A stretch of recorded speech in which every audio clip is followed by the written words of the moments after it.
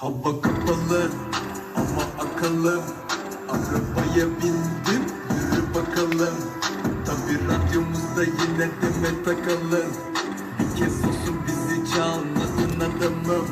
Hava kapalı ama akıllım. Arabaya bindim, yürü bakalım. Tabi radyomuzda yine deme takalım. Bir kez olsun bizi çalmadın adamım.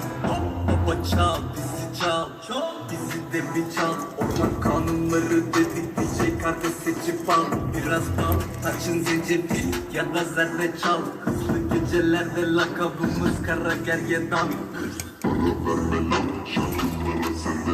Ceryan yine gidik bro, güzel bahçe Kerbela. Tamam geldi yazdım an ve an. Bizi zenci diye çalmadılar radyolarda lan. Ben susmam devam. Herkes kan revan.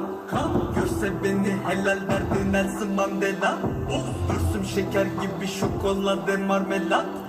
Bir lokmadan bozmaz seni, hadi al ye bak.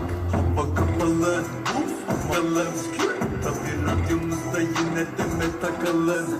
Bir kez olsun bizi çalmadın adamım. Akıl benim, sıcak oldu dedi gibi net soha. Spotify açar eminim, eski okul dedi adım Mihriban. Seviyorum hem isilim minibar. Türkçe rapte yeni nesil biri var. Dedi büyük olsun sevmiyorum minimal. Dedim helal sana, bu kız nasıl bir kibar. Çıkaracağız bu iş meselesi itibar.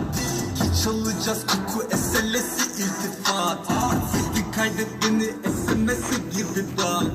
Dedim bakcan paso bana sarcan. Yok ya kardeşime dedim kurtar beni Berkcan.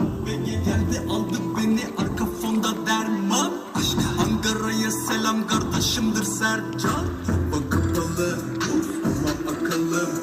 Arabaya bindim, yürü bakalım.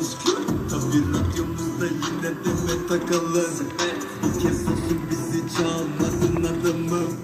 Akılda kalır, dedim havalı. Gecede